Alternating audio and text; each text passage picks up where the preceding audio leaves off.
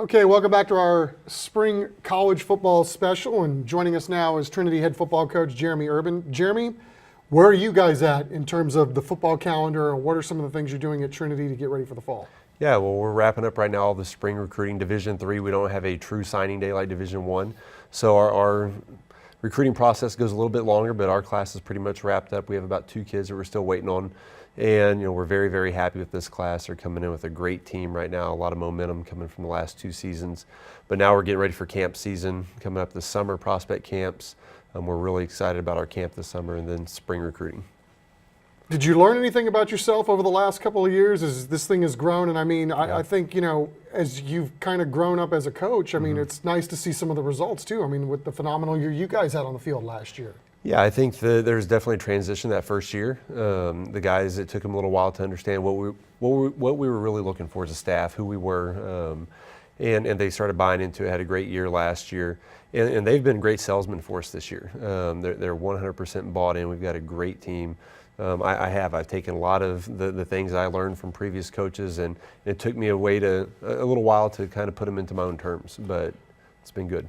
Do you have a young team coming up this year? Do you have a veteran team? Tell us a little bit about what we can expect from the Tigers in 2016. It's a little bit of a blend. Last year on defense, for example, they were very, very highly ranked throughout the country, but they were all sophomores and juniors. So next year they'll be juniors and seniors. We'll have a lot of sophomores playing as well. So.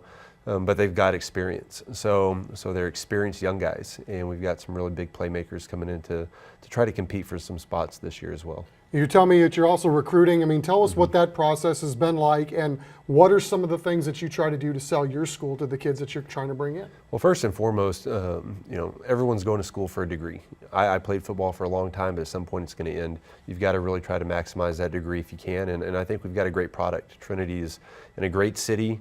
It's a great college town. It's a booming economic town, and Trinity itself is a phenomenal degree, #1 in the West for the division that we compete in as far as a small college. So it's a great product, and we try to sell that, and there's a long football tradition at Trinity.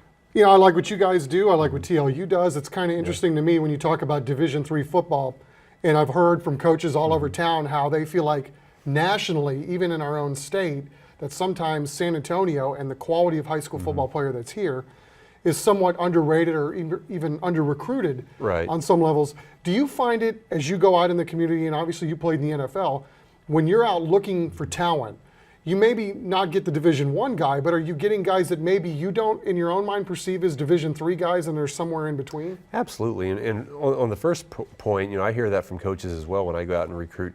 I do. I think that San Antonio is under-recruited. I think to a degree we could kind of do our own, U mentality and draw a line across San Antonio and South Texas and find a lot of great athletes. You're seeing Stanford go into the Valley and get guys. It's becoming more noticed and more respected. But we're trying to get into our backyard a little bit more, and we've benefited from that. We have about 13 guys in this year's class of 34 that had scholarship offers or Division I non-scholarship opportunities to go play ball, and they chose to come get a phenomenal degree in a great town and try to be a part of something special. This is our last year in the conference. We're going to the SAA, Southern Athletic Association, in 2017. It's pretty unique. That's been something that really helped us recruiting-wise, because really high caliber academic schools on there.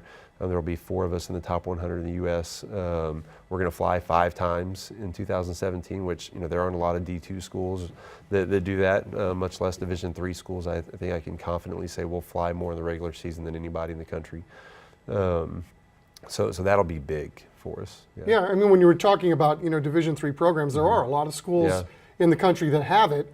But they don't necessarily think it's that big of a deal. Obviously at Trinity, with the tradition that you spoke about, the success that they've had, and what Coach Moore was able to build there, I mean, it must make you feel pretty good too that you're at a program that obviously you know a lot about, and that is still evolving, and that some great things are still down the line for you. Absolutely, guys too. And we're really excited as a staff. I've got 2 alumni on my staff who we all played in that original SCAT conference that had teams in Mississippi and Kentucky and Alabama and Indiana, and we're going back and we're playing in those schools again. So that for our alumni base, they're energized because now teams are coming on the schedule that they all knew for a long time, and again, it's an experience for our guys to get on planes and go fly.